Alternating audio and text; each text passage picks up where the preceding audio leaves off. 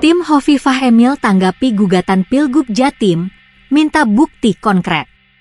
Tim hukum pemenangan Hovifah Indar Parawansa dan Emil Dardak menilai gugatan yang dilayangkan tim Tri Risma Harini dan Zahrul Azhar Asumta, Gus Hans, tidak memiliki dasar yang jelas berdasarkan bukti konkret.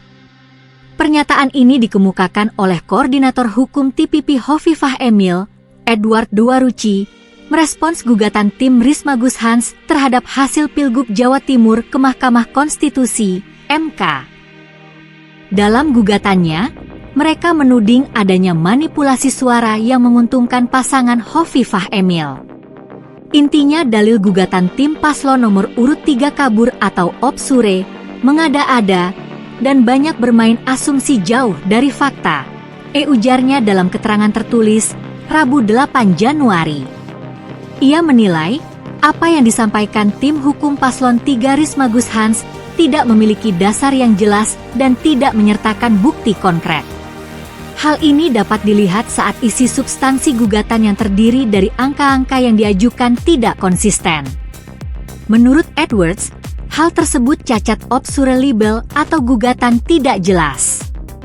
Ia bahkan melihat dalam sidang perdana tadi, tim hukum Risma Gus Hans hanya bermain opini, sehingga Hakim MK banyak mencecar soal bukti serta hal konkret yang digugat. Gugatan mereka kabur. Hakim MK masih bingung saya lihat, karena hanya narasinya dari tim hukum Risma Gus Hans heboh, tapi tidak didukung bukti bukan asumsi, tambahnya. Edwards melanjutkan, dalam sidang tersebut tampak berulang kali Hakim MK mencecar tim hukum Risma Gus Hans, utamanya soal kecurangan apa yang digugat dalam Pilgub Jatim. Ia pun memberikan contoh ketika Wakil Ketua MK, Saldi Isra, menegur kuasa hukum Risma Gus Hans, Triwiono Susilo, soal berapa jumlah TPS di Jatim. Triwiono tidak dapat menjawab pertanyaan tersebut. Di samping itu, anggota Hakim Panel 2 MK, Arsul Sani, juga mencecar Triwiono soal esensi gugatan.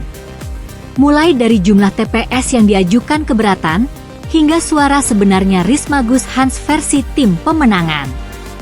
Asrul pun menanyakan hubungan anomali dengan perolehan suara dan berapa seharusnya untuk melihat signifikansi, karena perbedaannya sangat besar, yaitu 5.449.070 suara. Ia menegaskan, Triwiono harus meyakinkan mahkamah dan menunjukkan bukti dalam pembuktian.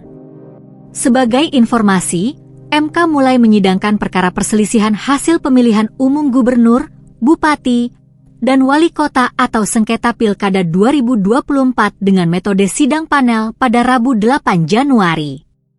Berdasarkan peraturan MK nomor 14 tahun 2024, sidang pemeriksaan pendahuluan dijadwalkan berlangsung pada tanggal 8 hingga 16 Januari 2024. Sebelumnya, Komisi Pemilihan Umum, KPU, Jawa Timur resmi merampungkan rekapitulasi suara Pilgub Jatim 2024. Hasilnya pasangan calon gubernur dan wakil gubernur Jatim nomor urut 2 Hovifah Emil meraih suara paling banyak dengan 12.192.165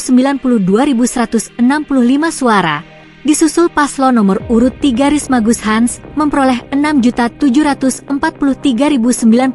suara.